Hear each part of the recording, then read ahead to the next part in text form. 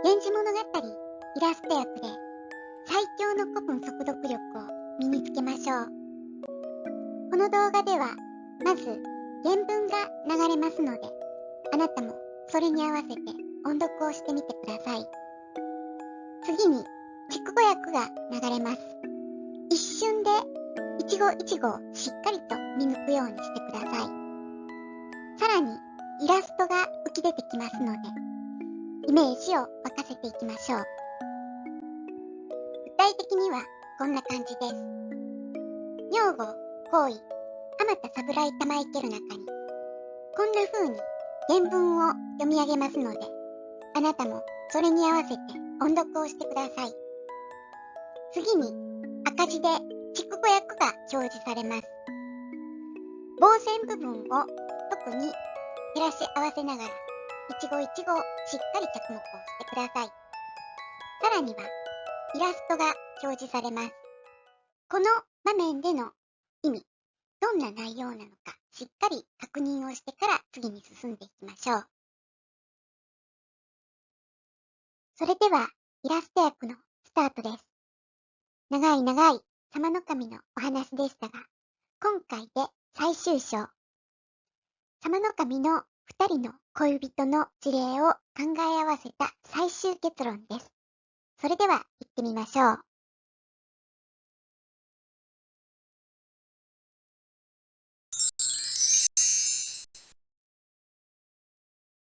この二つのことを思う玉へ合わするに、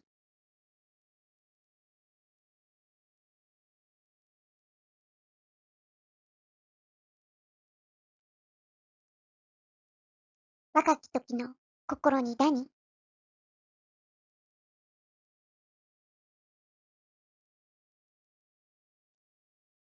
なお、さようにもていでたることは、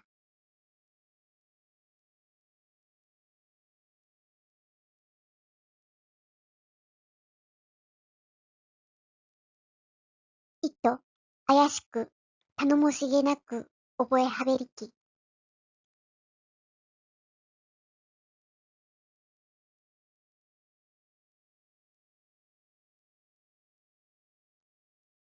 今より後は、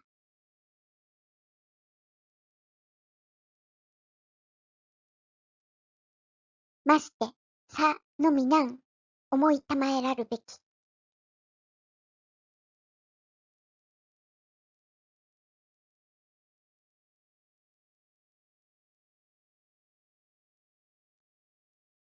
見心のままに、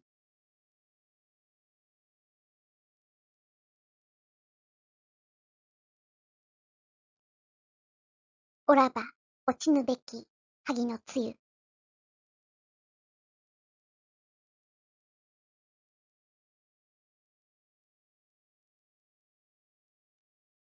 広あば消えなんと見る玉笹の上のあられなどの、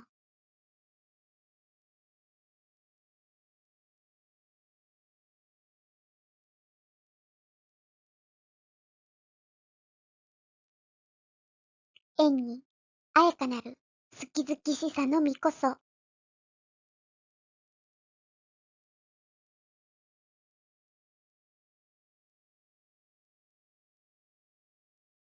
おかしくおぼさるらめ。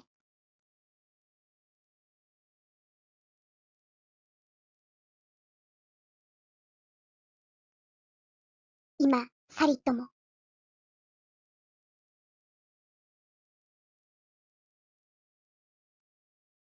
7年余りがほどに、おぼししり、はべりなん。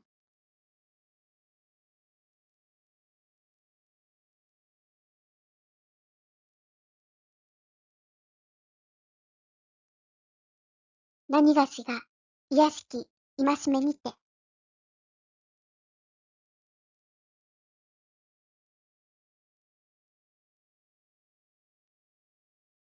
すきたわめらん、女に心を置かせたまえ。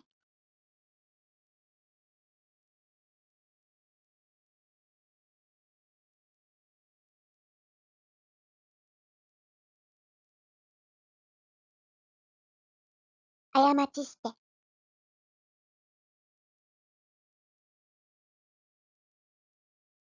民人のかたくななるなをも立てつべきものなり。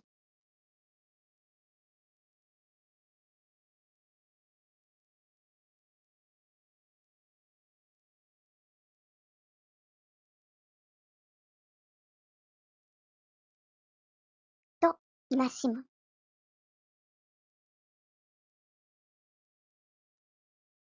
中将、例のうなずく。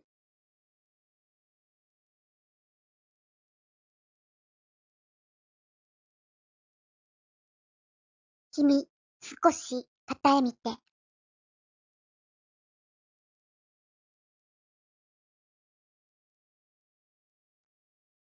去ることとは、おぼす、べかんめり。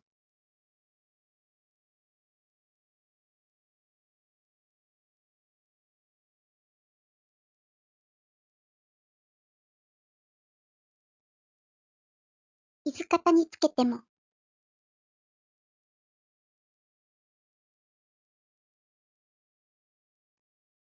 人はろく、はしたなかりける、見物語かな。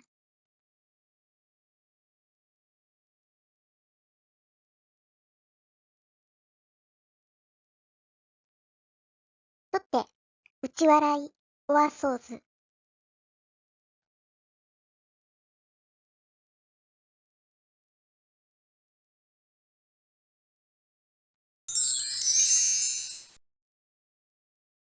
お楽しみいただけましたか？単語や文法は頭に入りましたでしょうか？今回の重要古語はこちらです。また、文法事項はこちらです。今回はまず、ラムの識別についてご説明します。ラムに棒線が引かれたとき、真っ先に思い浮かぶのは、現在推量の助動詞、ラムですよね。ですが、必ず棒線の直前部分の接続にも着目してください。もしも、棒線部の直前がうになっているならば、これは終止形接続の助動詞ラムで間違いないのですが、直前がという形になっているならば、このらは完了の助動詞りの未然形になります。今回の場合がそれです。